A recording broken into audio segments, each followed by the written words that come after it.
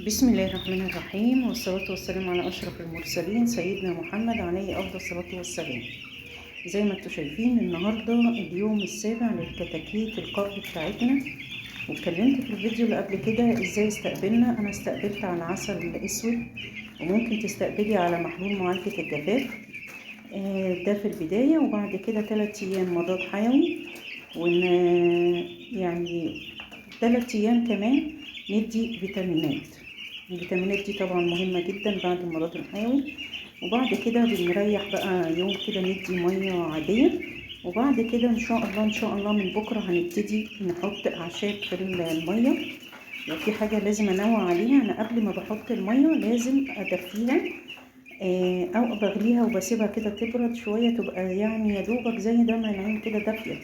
ما تنسوش ان احنا خطوبة، ولازم ندفي المية للكتاكيت في العمر الصغير ده، علشان خاطر الجو ساقع، المية بتبقى نازلة ساقعة قوي. فان شاء الله بكرة هنبتدي نعمل بقى خلطات وصفات في المية وفي العلف. احنا مستمرين من تاني يوم بنحط في العلف. طبعا النهاردة حطيت في العلف بتاعهم كزبرة ناعمة، وحطيت كمون، يعني كيلو بادي بحط عليه نص معلقة كمون ونص معلقة كزبرة ونص معلقة حلبة مطحونة، وبخلطهم مع بعض وبحط الحاجات دي في العلف. امبارح حطينا زبادي ومعلقة عسل اسود على الكيلو البادي، وبدأت اخلطهم مع بعض واديهولهم. الزبادي حلوة قوي زي البيض ما بدأنا برضو في العلف حطينا لهم بيض مسلوق. والزبادي ما حطيتيش بيض بتحطي زبادي. الحاجات دي بروتين حلو قوي في العمر الصغير ده، علشان خاطر لما يكبروا ويبقوا ان شاء الله اوزانهم بفضل الله تبقى كويسه وممتازه. زي ما انتوا شايفين الميه بتاعتنا اهي. السقايه لازم زي ما قلت لكم بننوه النظافه دي حاجه. تاني حاجه الفرشه لازم تكون ناشفه. نحاول بقدر الامكان لما تكون الفرشه منديه ما نشيلهاش، نحط عليها تبن او نشاره تاني، بس بتبقى كتير جدا علشان خاطر ما تبقاش مبلوله وتسقع الفرخ. وكمان ما ينفعش نشيلها في العمر الصغير ده ونحط جديدة برضه هيسقعوا. فاحنا بنزود على اللي موجود لغاية ان شاء الله 10 ايام هنشيل بقى كل دي ونحط تبن ونشارة جديدة. ان شاء الله بقى بعد كده، يعني انا كده حاطه الميه ومعليه بحاجه بسيطه، وبرده هنا العلف معليه حاجه بسيطه، لان هم بداوا يشبوا. وده من العوامل المهمه جدا ان انا ما اسيبش الاكل على الارض هم يبقوا قاعدين كده وبياكلوا. لا، لازم الفرخ يشب كده ويشد كده عظمه ويبتدي ياكل علشان يفرد معانا. النهارده زي ما قلت لكم اليوم السابع، ان اخر يوم في الفيتامين. بكره هنعمل خلطه جميله جدا جدا ونحطها لهم ان شاء الله في الميه وفي العلف. طبعا لما بلاقيهم نايمين كده لازم ان انا افوقهم كده واخبط، بحيث ان انا انشطهم. يعني هما النوعيه الكتاكيت دي كده تحب تنام، يعني تحب تلاقيها كده نايمه على طول، فلازم اخبط كده باي حاجه علشان خاطر يبتدوا يجروا، وتلاقيهم جريوا على الاكل وجريوا على الميه كده. لازم يتنشطوا، ما يبقوش نايمين كده وثابتين، لازم نحركهم من الوقت للتاني. ده مهم جدا ليهم.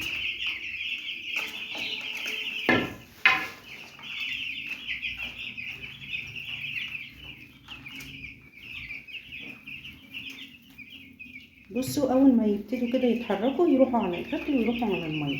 فمن وقت للتاني لما نلاقيهم نايمين كده نحاول نخبط لهم، بحيث ان هم يتنشطوا ويجروا ويبتدوا بقى يروحوا عند الاكل والميه. زي ما انتم شايفين انا لما خبطت جريوا. بصوا ازاي.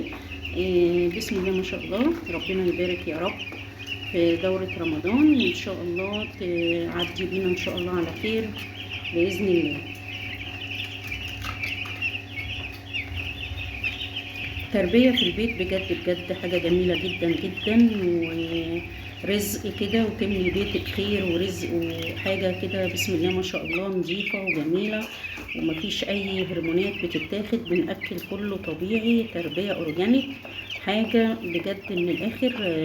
يعني حاولي بقدر الإمكان تربي كده في بيتك وتملي بيتك خير. يعني واحد متعود الحمد لله ان كل رمضان كده ربنا يا رب يبلغنا رمضان ان احنا نجيب دورة ونربيها قبل رمضان كده ونذبحها قبل رمضان ونحطها بقى في الفريزر، تسحبي منها طول شهر رمضان، حاجتك موجودة في البيت، تعملي بقى بانيه، تعملي زي اللي انت عايزاه كله تعمليه.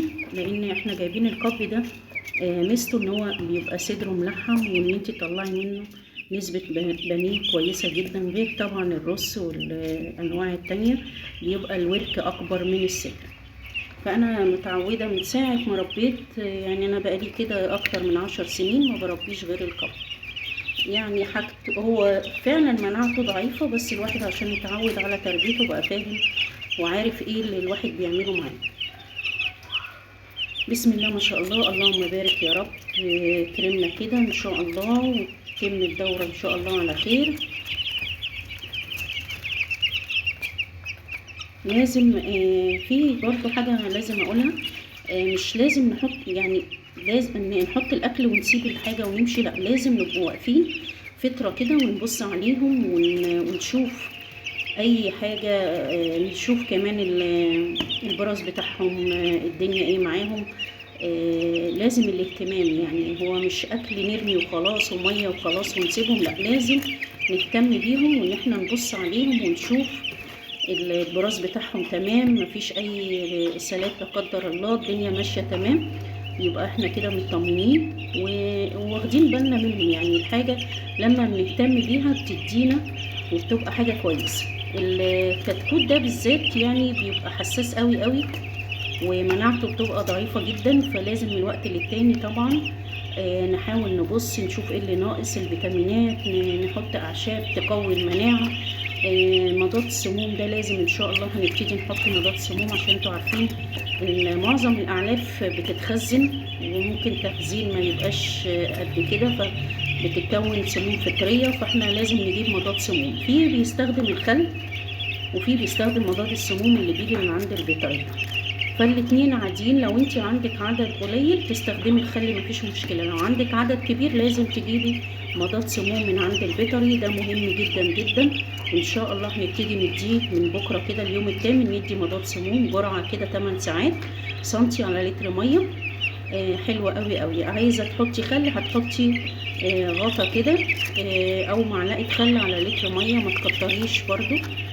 لو عندك 15 يعني 20 بالكتير قوي تحط لهم خل. عندك اعداد اكتر هتحطي اللي هو البيطري، هيديكي ازازة كده مضاد للسموم، هتحطي منها معلقة على لتر مية.